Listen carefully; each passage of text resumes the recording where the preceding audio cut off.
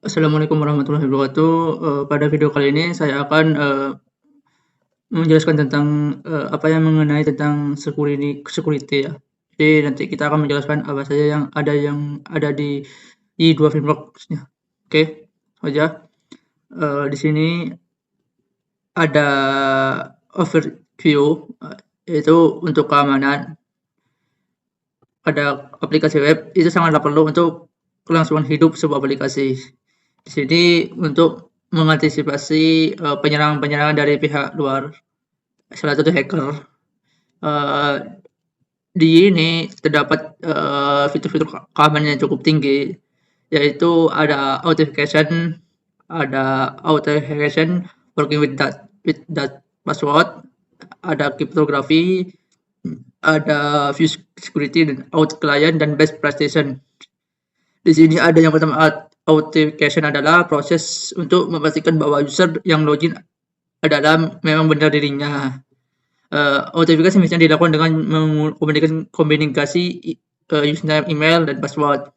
Pada Y2 ini secara default telah diserahkan proses authentication. Nah, ini adalah proses untuk autentifikasinya ya. Pada Y-Advanced template, proses authentication melibatkan hal penting, yaitu mengatur komponen user pada aplikasi konfigurasi. Terus menggunakan user yang mengimplementasikan interaktif. Proses login akan melakukan validasi. Terus untuk mendapatkan informasi terkait dengan user login, maka ada ID, user ID, username, app user ID, identifikasi username. Di sini ada authentifikasi events. Nah, itu untuk muncul beberapa events terjadi proses pada login dan out. Di sini terus ada juga yang salah satu keamanan dari yakni authorization, merupakan proses untuk memverifikasi apakah seorang user berhak untuk melakukan sesuatu. Misalnya ini berkaitan dengan admin dan klien misalnya. Terus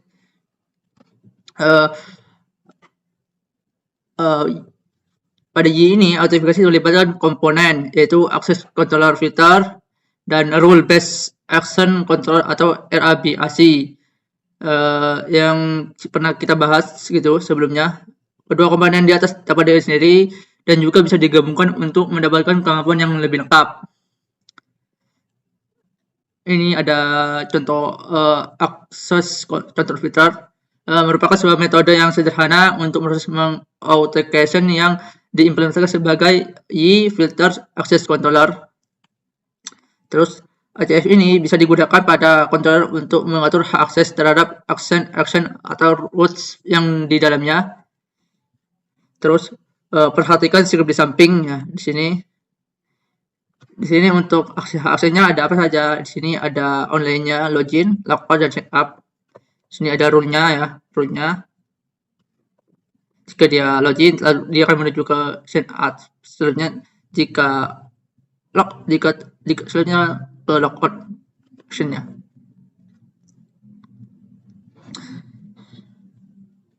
Oke. Nanti kita coba bagaimana kita allow ini menjadi false. Maka jika login langsung sign up, apakah jika jika sign up langsung login, apakah jika sign up perlu login lagi gitu. Terus rule based access control itu RBAC dapat digunakan untuk mengolah hak akses secara komprehensif. IE mengimplementasikan RBAC melalui komponen dari aplikasi yang bernama Out Manager. Terus ini ada konsep dasar RBAC. Pada komponen utama itu ada rule, ada permission, dan rule. Terus jika menggunakan DBM terdapat 4 tabel yang digunakan untuk menyimpan RBAC ini, yang itu ada out item client, out assessment, dan out rule.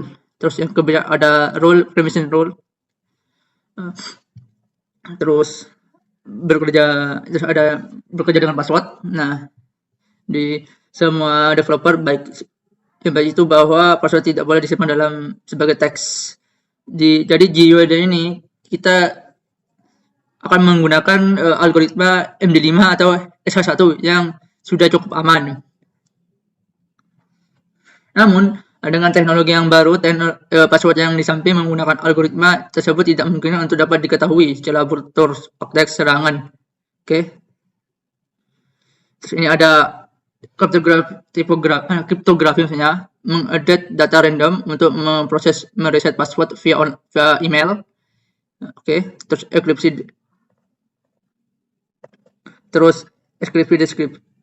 enkripsi dan deskripsi. Bagaimana cara mengolah dari kalimat menjadi deskripsi maupun sebaliknya gitu. Mengkonfigurasi integrasi data. Oke. Di sini akan kemungkinan Anda dapat memverifikasi sebuah data yang telah diubah oleh pihak yang lain atau tidak gitu. Dan ada semacam notifikasi di situ. Terus ada bad prestation-nya. Sini ada basic prestation, ada offload injection, ada offloading SSS, ada offloading CSFF, offloading secure dan lainnya. Oke, kita lanjut ke latihan. Pada latihan ini kita akan memastikan aplikasi yang Anda buat setelah menerapkan konsep-konsep keamanan pada Y2 ini ya. Jadi kita di sini kelihatannya kita tidak akan mengembangkan aplikasi, hanya cukup melihat saja fitur-fitur apa saja yang kita telah terapkan di Y2 ini. Nah, di sini saya sudah menyiapkan beberapa fitur yang saya ketahui yang ada di aplikasi saya. Ada yang pertama ada authentication. Untuk authentifikasi ini contohnya ada di proses login. Nah, di proses login ini, kan kalau proses login harusnya kalau kita pengen membeli sebuah produk, maka harus login terlebih dahulu. Kalau belum, ya tidak bisa gitu. Coba kita login dulu ya.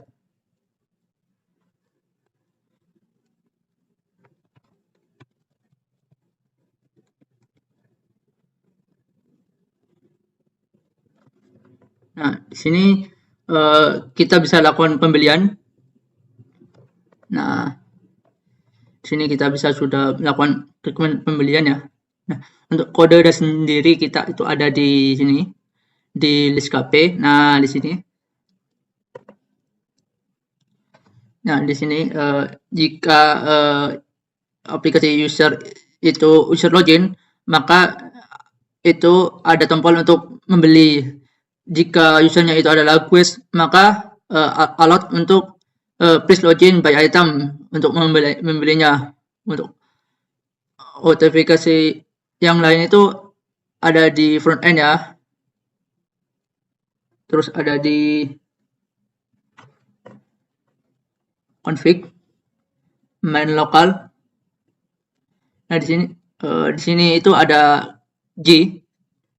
Nah, di G ini bisa kita gunakan pada proses development. Pada tahap produksinya itu kita tidak bisa diakses gitu. G ini bisa kita modifikasi untuk IP tertentu dalam aksesnya. Caranya dengan cara menambahkan kode di sini ya. Nanti di bawahnya kelas nanti menambahkan kode IP kita. Oke. Untuk selanjutnya itu authorization. Nah, untuk authorization ini proses untuk memverifikasi user berhak untuk melakukan sesuatu atau tidak.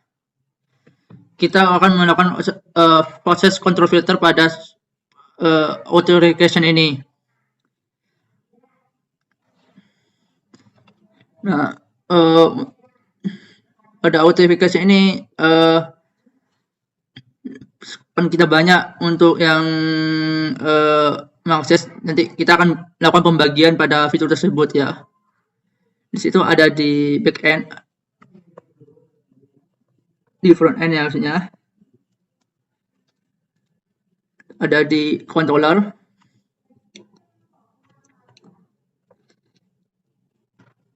Front end, terus di controller. Di sini di set controller. Nah, ini dia.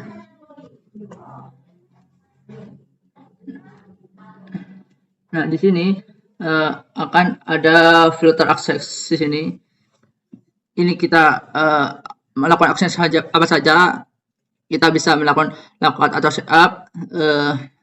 Di sini tadi yang saya sebutkan untuk melakukan rules. Untuk setup ini untuk kita dipakai untuk rule dan datanya.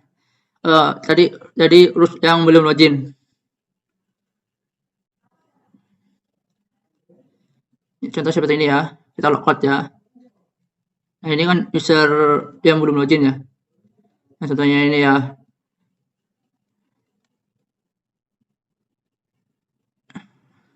Ini bisa melakukan check up ya. Coba kita ini false kan ya.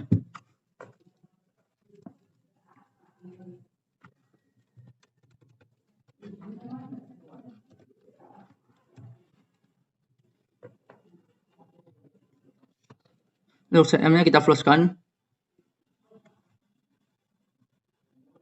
User yang sudah login tidak bisa sign up. Jadi untuk mengupdatekannya kita harus run terus saja.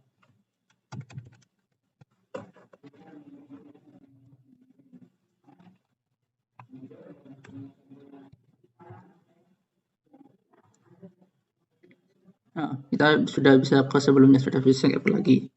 Oke, untuk itu untuk contoh authorization selanjutnya kita akan kriptografi. Nah, di sini selanjutnya kita akan bisa melihat proses enkripsi password saat kita membuat user baru ya. Contohnya seperti ini ya. Kita sign up dulu, kita masukkan user kita sembarang. Misalnya saya namakan usernya itu Umam ya, Umam. Terus emailnya Umam ya. umam@gmail.com. Terus passwordnya itu Umam 12345.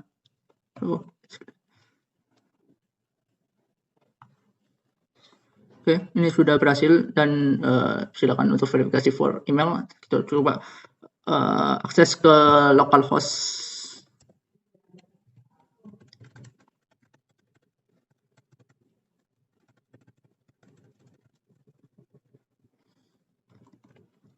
Index.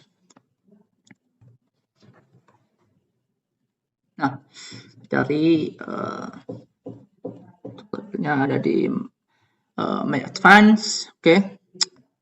Terus kita klik user di sini. Di sini untuk user yang barusan kita inputkan ya itu Umam. Jadi nanti sudah terkriptografi misalnya, terkriptografi dengan kode yang panjang ini yang kita tidak tahu gimana caranya itu. Kita tidak tahu gimana panjangnya. Cuma di sini kalau seandainya kita login menggunakan password hash in sini itu tidak bisa. Sebenarnya saya sudah coba panjangnya itu tidak bisa gitu.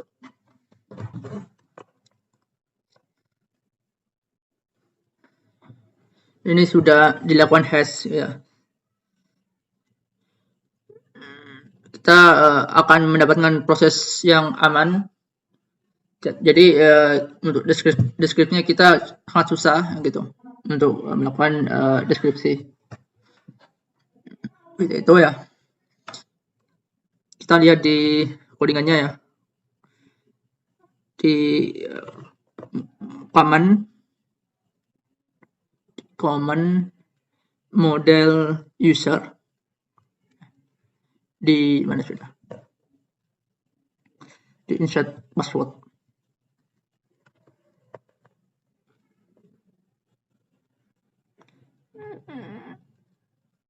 Nah, ini di insert password. Ini function password. Di sini juga ada tokennya ya untuk melakukan sulit gitu. Yang panjang tadi barusan.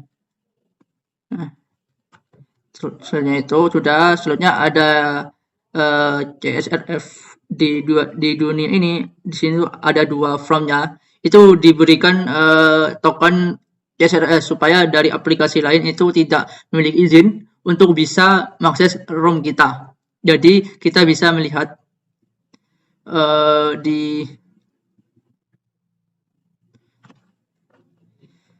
kita bisa lihat di sini ya.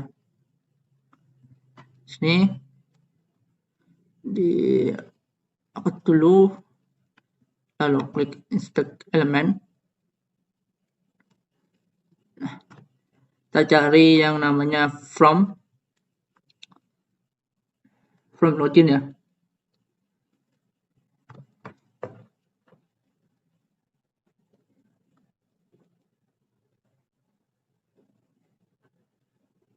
Nah, ini di sini.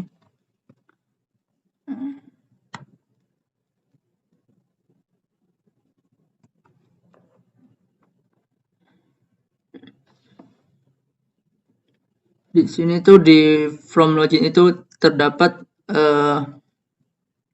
key value ya. Jadi di mana key value-nya ini? Nah, di sini di key value. Nah, kalau seandainya kita hapus itu value-nya kita itu kita coba login itu tidak bisa, jadi nanti error gitu. Nanti ke base request 404 error. Kita hapuskan di sini ya. Oke, nggak apa-apa sudah. Yang penting paham dulu. Nanti kalau sudah tokennya itu dihapus, itu nanti ke base request 4404 nanti error gitu. Itu untuk CSRF ya. Oke. Nah, selanjutnya ada enkripsi key. Jadi di script from client itu kita akan menyimpan data di cache atau di session. Kita di sini kita di inspect lagi ya. Di application, terus kita di sini ya, di sini ya. Saya akan tersimpan di sini ya. Setiap yang disimpan ini mempunyai value key-nya ini. Value key ini akan dikomparisikan dengan key yang dibuat dengan aplikasi banyak. Key-nya itu bisa lihat di front end ya. Di front end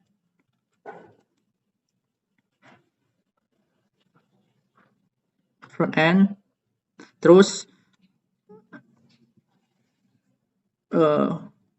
config lokal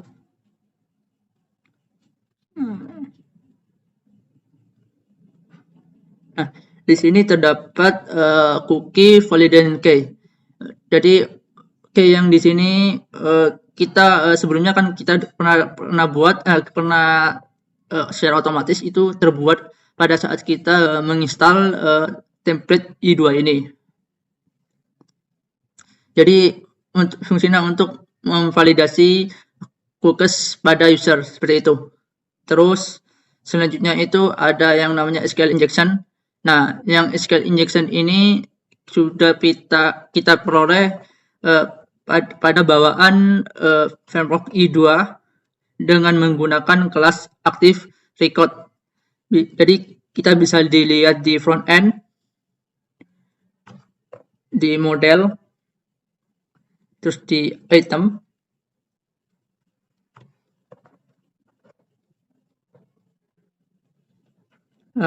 mana sudah? Nah, di sini kita bisa mengaction kelas active record. Nah, di dalam kelas active record ini kita dapat cara untuk menangkal SQL injection dan kalian teman-teman bisa memakainya. Jadi data yang kita dimasukkan ke database-nya ini nanti akan menjadi aman. Nah, seperti itu. Terus yang selanjutnya yang terakhir ada avoiding XSS atau cross-site scripting. Nah, kita bisa dapat lihat pada contohnya ada di views. Ya, di views. Terus ada di set, ada list item ya. Nah, di views ini ada yang namanya fungsi HTML encodes. Nah, di fungsi HTML encode ini berfungsi untuk pada saat kita user itu memasukkan input sembarangan, itu bisa menginputkan JavaScript, value JavaScript. Itu nanti akan dideteksi oleh HTML encode ini. Jadi nanti yang data yang dimasukkan oleh user itu akan lebih aman dengan menggunakan HTML encode ini. Oke. Jadi di security di Y2 ini terdapat banyak sekali fitur untuk keamanannya. Nanti masih banyak lagi yang ada di Y2. Mungkin dari saya itu dulu, kurang lebihnya mohon maaf. Wabillahi taufiq wal hidayah. Wassalamualaikum warahmatullahi wabarakatuh.